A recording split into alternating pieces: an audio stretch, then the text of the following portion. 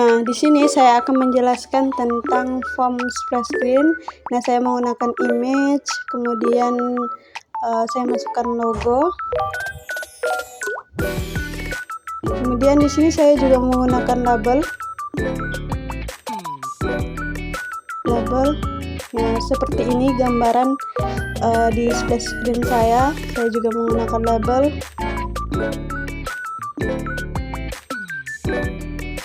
Nah, langsung ke form login. Di form login ini saya juga memasukkan image dengan logo yang saya buat. Saya memasukkan text box untuk username. Saya menggunakan text box juga untuk password, kemudian tombol comment button login.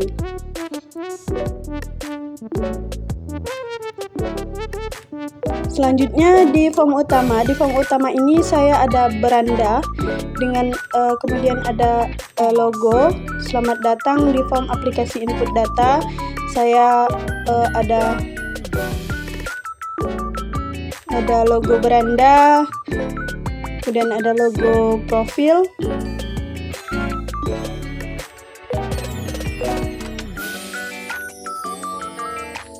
Dengan menggunakan comment button, kemudian saya ada logo untuk input data.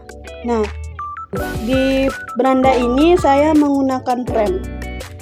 Nah, agar frame beranda sama frame atau di bagian profil atau input data, dia harus ditimpa.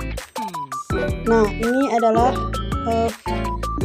form biodata saya, kemudian saya masukkan harus itu frame input data. Saya menambahkan di input data, saya menambahkan comment button input, kemudian saya masukkan yang beranda. Nah, seperti ini kira-kira. Dan jangan sampai tertimpa, dia harus lewat dari frame input data.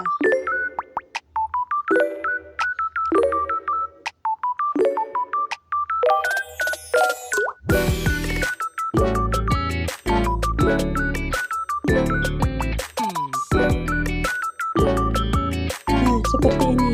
Dia harus hanya salah satu saja yang kelihatan. Seperti ini kan hanya kelihatan di bagian input data.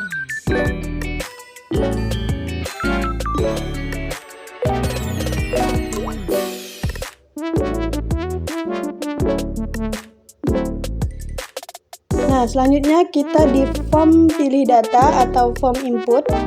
Nah, di mana form ini agar memudahkan kita untuk masuk ke form apa yang ingin kita input, misalkan. Nah, di sini saya menggunakan tool image, kemudian saya menggunakan tool label. Nah, sedangkan dan saya menggunakan frame dan comment button dengan caption, misalkan data dosen, data nilai, data mata kuliah, data jadwal, data mahasiswa. Ini memudahkan kita untuk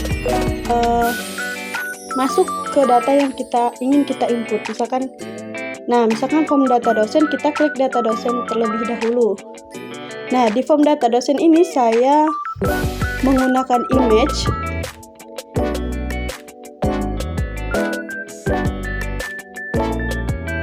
Nah, saya menggunakan ada nama dosen, NIP, mengajar, dan status. Di nama dosen saya menggunakan text box, di NIP saya menggunakan text box, mengajar saya menggunakan text box, dan di status saya menggunakan option button.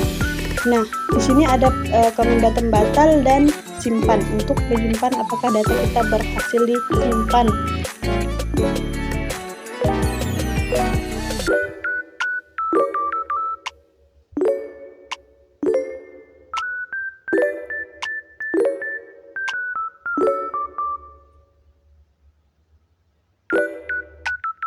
Selanjutnya kita ke form data mahasiswa. Nah, sama seperti data dosen, di form data mahasiswa ini saya juga menggunakan frame, dan di mana dalam frame itu saya menggunakan text box, kemudian saya menggunakan text box, dan saya menggunakan option button. Tidak lupa dengan comment button untuk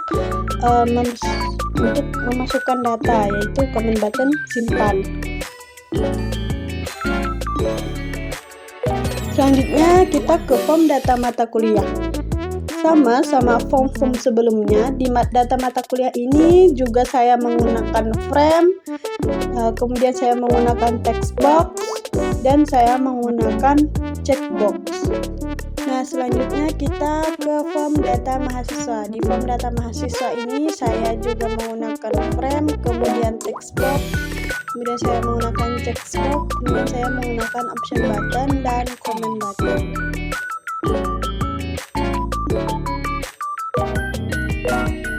Nah, di form data jadwal di sini saya agak berbeda, cuman saya hanya menambahkan satu tool aja, yaitu saya menambahkan tool frame, kemudian saya menambahkan tool combo box. Nah, di combo box kemudian saya menggunakan text box dan saya menggunakan option button. Selanjutnya di form data nilai. Di form data nilai ini saya juga menggunakan frame, text box, kemudian saya menggunakan checkbox.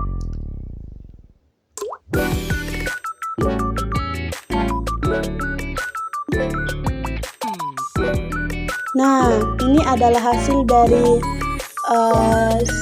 inputan saya. Yang pertama ada input dosen dengan 10 data, kemudian ada inputan mata kuliah dengan 10 data juga,